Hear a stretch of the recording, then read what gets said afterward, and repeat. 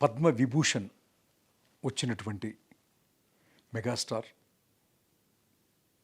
చిరంజీవి అన్నయ్యకి హృదయపూర్వక శుభాకాంక్షలు తెలియచేయటానికి ఈరోజు ఉదయం అన్నయ్యని కలవటం జరిగింది. ఈ భూమి మీద పుట్టినటువంటి అందరూ అని చెప్పను కానీ కొంతమంది ఎప్పుడోకప్పుడు ఎక్కడో చోట చిన్న తప్పు చేస్తారు, తప్పుగా మాట్లాడతారు అన్నది నగ్న సత్యం. దాదాపు 45 సంవత్సరాల వయసున్న నేనే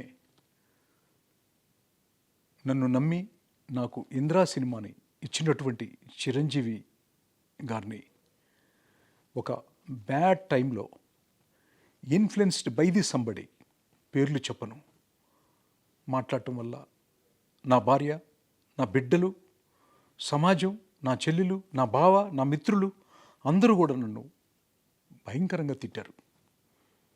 ఆ క్షణం నుంచి మీతో మాట్లాడే ఈ క్షణం వరకు కూడా నేను ఎంతో చాలా మదనపడ్డాను. క్షమాపణ ఎన్నోసార్లు భగవంతుడి ముందు, స్నేహితుల ముందు నాలో నేను అంతర్మదనం చెందాను. ఎప్పుడు అన్నయ్యని ఎదురుపట్టడం జరగలేదు.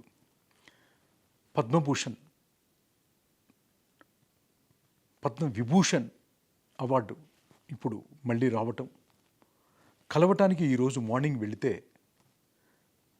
అన్నయ్య రిసీవ్ చేసుకున్న విధానం, నన్ను పలకరించినటువంటి ఒక పద్ధతి, నా కొడుకు గురించి, నా కూతురు గురించి, నా జీవితం గురించి బాగోగులు అడిగినటువంటి ఒక మహనీయుడు అని, ఆయన ఈ నోటితో తప్పుగా మాట్లాడాను అని క్షమించమని అడిగాను. పెద్ద మనసుతో క్షమించటమే కాకుండా ఎంతో ఆప్యాయతగా, కుటుంబ విషయాలే కాకుండా కథలేమన్నా రాస్తున్నావా చిన్ని అని దగ్గరకు తీసుకుని మాట్లాడారు. అన్నయ్య, ఇంకెప్పుడు ఈ పెదాల నుంచి ఎవరిని తప్పు మాట్లాడనని మనస్ఫూర్తిగా మరొక్కసారి క్షమించమని అడుగుతూ, కలిసి పనిచేద్దాము, ఏమన్నా కథలుంటే చెప్పమన్నారు.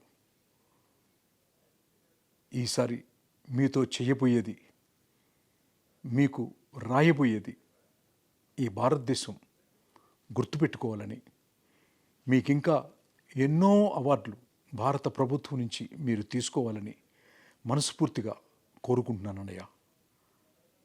వచ్చే జన్మంటూ ఉంటే మళ్ళీ మీ తోబుట్టుగా పుట్టాలని మనస్ఫూర్తిగా కోరుకుంటూ, I'm sorry my dear brother, extremely sorry.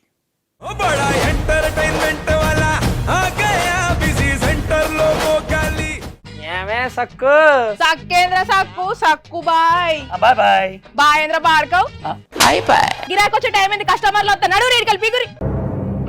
కస్టమర్లు వస్తున్నారు కదా, మాత్రం పొగరు ఉంటుంది మరి. తగ్గించేద్దాం పొగర్ని. డబ్బులు కట్టేస్తామేంటి కొంప తీసి? లేదు, కస్టమర్లు ఆపేద్దాం. పదా మరి మన బిజినెస్ స్టార్ట్ చేద్దాం.